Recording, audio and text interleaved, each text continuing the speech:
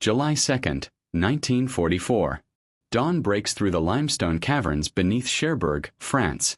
The air hangs thick with the metallic scent of blood, the acrid smoke of carbolic acid, and something else, the unmistakable odor of defeat.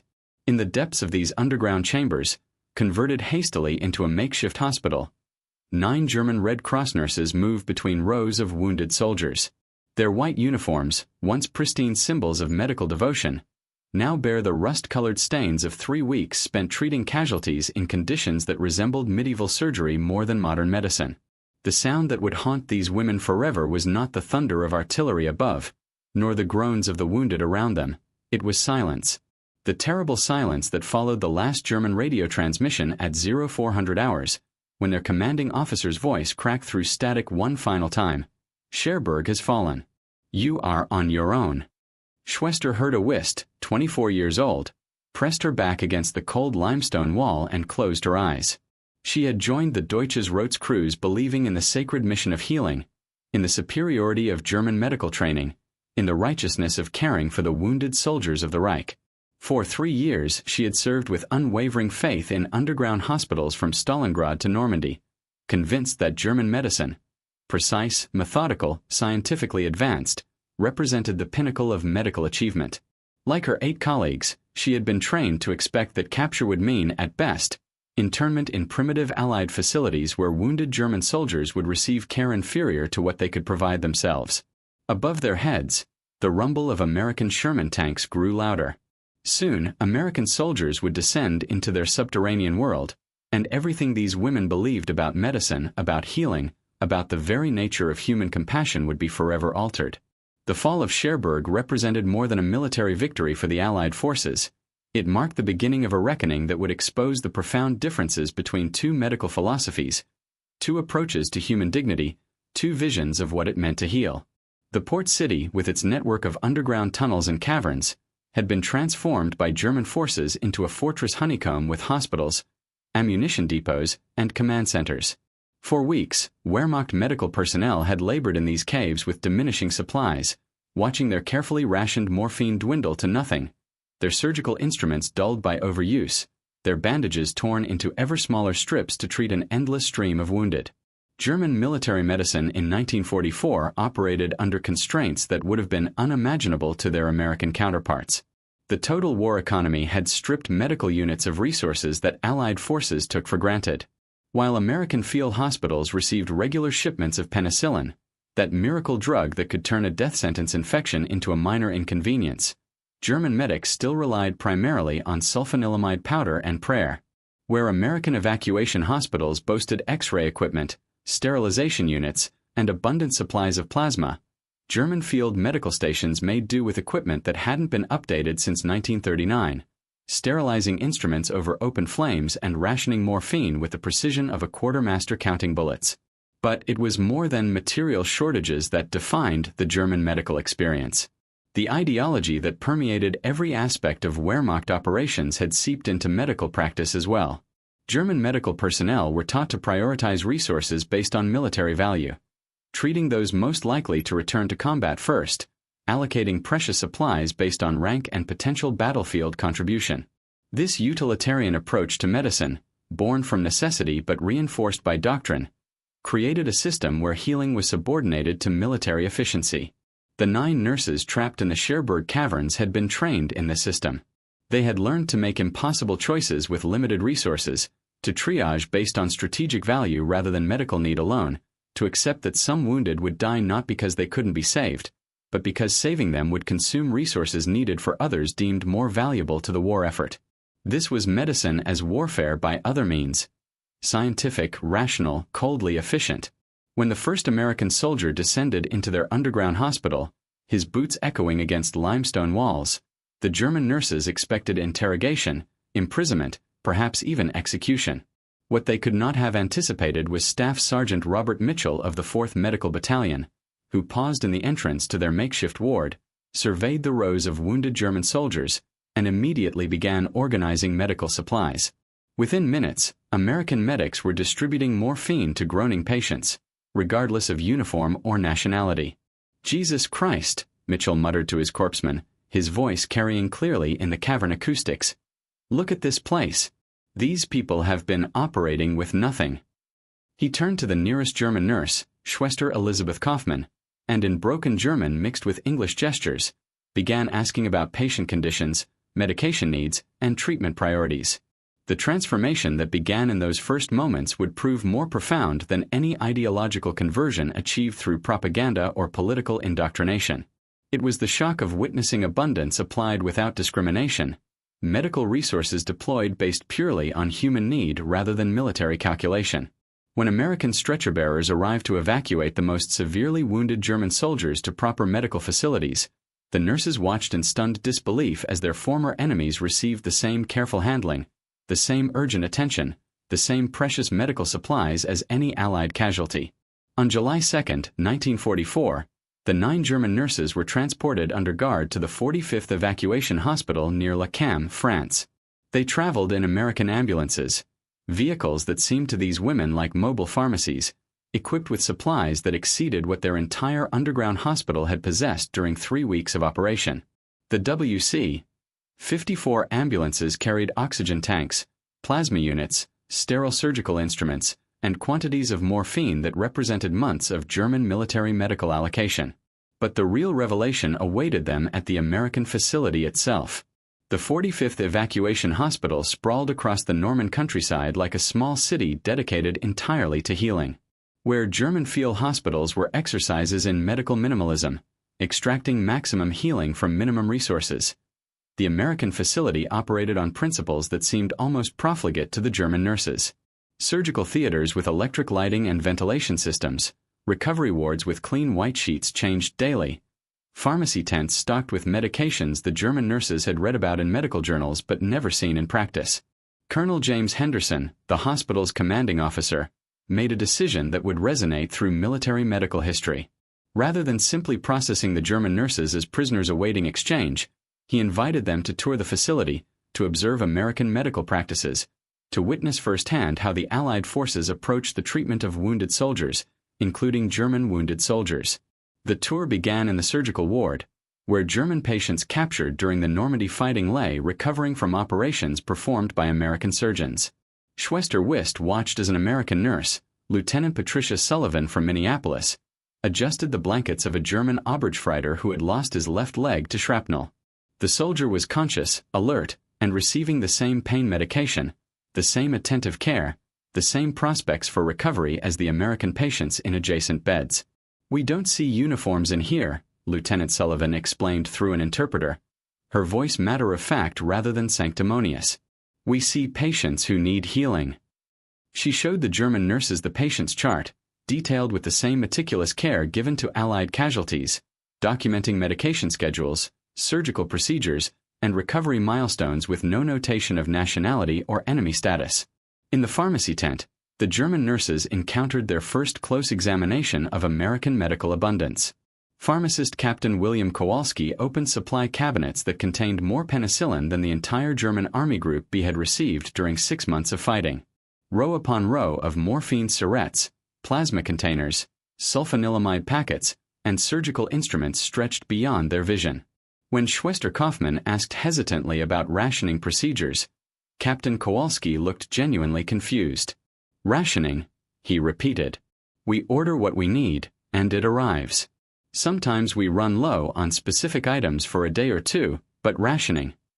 He gestured toward the supply depot visible through the tent flap, where American trucks were already unloading the day's medical shipment.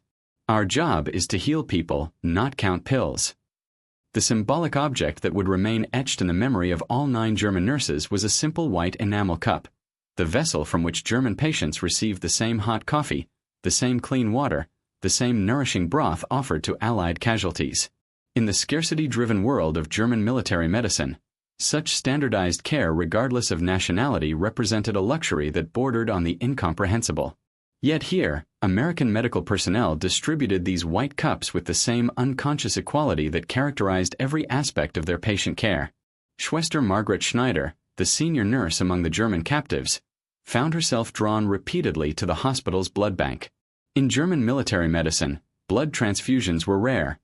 precious procedures reserved for the most critical cases and highest value patients.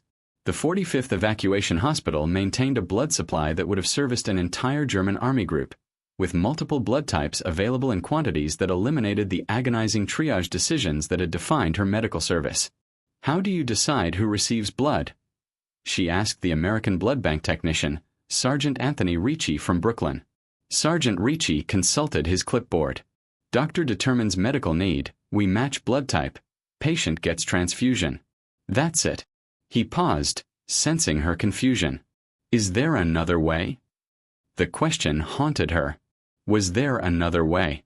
For 3 years, she had made decisions about blood allocation based on military rank, combat potential, strategic value. She had watched soldiers die not because compatible blood wasn't available, but because it was being saved for officers or soldiers deemed more likely to return to effective combat service. The American system, with its seemingly limitless supplies and its medical decisions based purely on therapeutic need, represented a completely different philosophy of healing. The German nurses spent 6 days at the 45th Evacuation Hospital, and each day brought new revelations about American medical practice. They observed surgical procedures performed under optimal lighting with sterile instruments that weren't reused until wear made them ineffective. They watched physical therapy sessions for wounded German soldiers who were being prepared not for return to combat, but for return to civilian life with maximum functional recovery.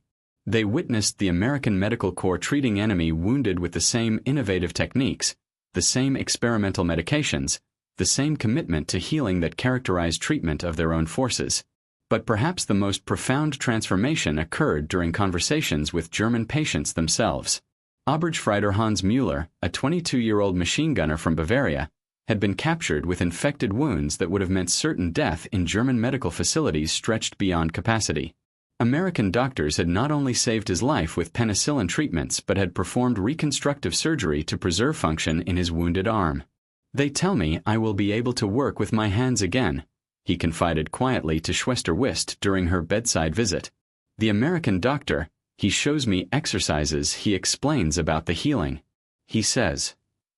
Müller paused, struggling with concepts that challenged everything he had been taught about enemy intentions. "He says his job is to send me home to my family as healthy as possible." The ideological implications of such statements were staggering. German military doctrine had taught that Allied forces viewed German soldiers as subhuman enemies to be eliminated or exploited. Yet here was evidence of American medical personnel investing significant resources, sophisticated treatments, and genuine care in ensuring that German patients achieved maximum recovery. Not for military purposes, but for purely humanitarian reasons. As the German nurses prepared for their return to German lines through the prisoner exchange arranged at Caumont, they carried with them more than memories of superior American medical supplies and equipment. They had witnessed a fundamental difference in approach to human dignity during medical treatment. Where German military medicine had been subordinated to strategic necessity, American military medicine appeared to operate on principles that transcended military consideration entirely. The exchange itself, conducted on July 8, 1944, along the road between Balleroy and Caumont, involved elaborate ceasefire negotiations between American and German officers. Captain Fred Girk of the Prisoner of War Interrogation Team, Captain Quinton Roosevelt of the 1st Infantry Division G2 Section, and Major F. Heron of the 2nd Panzer Division's Reconnaissance Battalion coordinated the transfer with meticulous attention to Geneva Convention protocols. The German nurses traveled to the exchange point in the same WC-54 ambulances that had brought them to the American hospital, vehicles that now seemed to them like symbols of a medical philosophy they had never imagined possible. As they approached the German lines at Caumont-Levant, each woman carried in her medical bag American bandages, sulfa packets, and morphine syrettes provided by their former captors, supplies intended to help them continue their medical service under German command.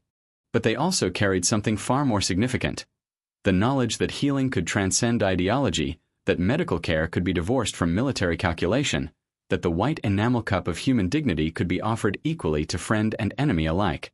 When they resumed their duties in German medical facilities, they brought with them an understanding of medical abundance applied without discrimination, of therapeutic resources deployed based purely on human need rather than strategic value. The transformation was not instantaneous or universal. Schwester Wist continued to serve in German medical facilities until the war's end, but colleagues noted changes in her approach to patient care. She began advocating for treating Allied prisoners with the same medical attention given to German soldiers, arguing that healing transcended nationality. When supplies were scarce, she pushed for distribution based on medical need rather than military rank.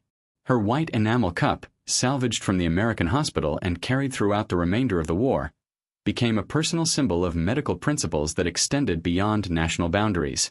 Schwester Kaufmann's experience proved even more dramatic. After her return to German lines, she began documenting the medical practices she had observed in American facilities, creating detailed notes about penicillin protocols, surgical techniques, and patient care standards that represented advances over German military medicine. When she was captured again during the Battle of the Bulge in December 1944, she specifically requested assignment to American medical facilities, where she served as a German medical liaison until the war's conclusion. The white enamel cup became more than a symbol. It became a standard. In post-war interviews conducted by Allied intelligence services, multiple German medical personnel described the profound impact of witnessing American medical abundance applied without ideological discrimination. The cup represented not just superior resources, but a fundamental difference in approaching human dignity during the most extreme circumstances of warfare. Captain Kowalski, the American pharmacist who had so casually dismissed the concept of medical rationing, later wrote in his memoir that the encounter with German nurses had crystallized his understanding of American medical advantages during the war. It wasn't just that we had more supplies, he reflected, though we certainly did. It was that we could afford to treat healing as an end in itself, rather than as a means to military effectiveness. We could offer the same cup of dignity to every patient because our abundance allowed us to prioritize humanity over strategy. The story of the 9 German nurses captured at Cherbourg represents more than an isolated incident of wartime medical cooperation. It illustrates a fundamental difference between medical systems operating under scarcity versus those benefiting from abundance, between healing subordinated to military necessity versus healing pursued as an independent moral imperative. The American military medical establishment in 1944 possessed not only superior material resources but the luxury of applying those resources according to principles that transcended immediate strategic calculation. Yet the true measure of transformation lies not in the resources themselves, but in their application. American medical personnel at the 45th Evacuation Hospital could have provided minimal care to German patients, meeting Geneva Convention requirements without investing significant resources in enemy recovery. Instead, they chose to extend the same standard of care, the same innovative treatments, the same commitment to healing that characterized their treatment of Allied forces. The 9 German nurses returned to their medical duties carrying more than American medical supplies. They carried a vision of healing that transcended ideology, nationality, and military necessity. In the midst of humanity's most destructive conflict, they had witnessed medical care applied as a universal human right rather than a strategic resource. The white enamel cup they carried became a symbol of that vision, a reminder that even in warfare, the commitment to healing could rise above the imperatives of destruction. In the broader context of World War II, the Cherbourg incident represents a microcosm of the ideological differences that defined the conflict. Where totalitarian systems subordinated individual human dignity to state necessity, democratic societies maintained institutions, including military medical services, that preserved space for universal human values even during total war. The German nurses' transformation reflected not just exposure to superior resources, but encounter with a fundamentally different approach to human worth and dignity. The legacy of that encounter extended far beyond the war's end. Several of the German nurses emigrated to the United States during the post-war period, pursuing medical careers that combined German scientific training with American approaches to patient care. Others remained in Germany but became advocates for medical practices that prioritized patient welfare over institutional efficiency. All carried forward the memory of white enamel cups offered equally to friend and enemy, of healing applied without discrimination, of medical abundance deployed in service of universal human dignity. Today, in medical facilities around the world, the principles witnessed by those 9 German nurses in a Norman field hospital continue to influence standards of care. The commitment to treating patients based on medical need rather than political consideration, the dedication to applying the best available resources regardless of a patient's background or circumstances, the recognition that healing represents a moral imperative that transcends conflict. These concepts, demonstrated so dramatically in that summer of 1944, remain foundational to modern medical ethics. The white enamel cup has become more than a symbol. It has become a standard, a reminder that in our capacity to heal others without regard to their identity or ideology, we discover the deepest expressions of human dignity and the most profound victories over the forces that would divide us. In choosing to extend healing across enemy lines, in offering abundance where scarcity had created cruelty, the American medical personnel at the 45th Evacuation Hospital demonstrated that even in warfare's darkest hours, the commitment to universal human dignity could illuminate a path toward healing that transcended all boundaries. The 9 German nurses who surrendered in the caves of Cherbourg expected to encounter primitive Allied medical facilities. Instead, they discovered a vision of healing that would transform their understanding of medicine, humanity, and the possibility that abundance could be deployed in service of universal dignity.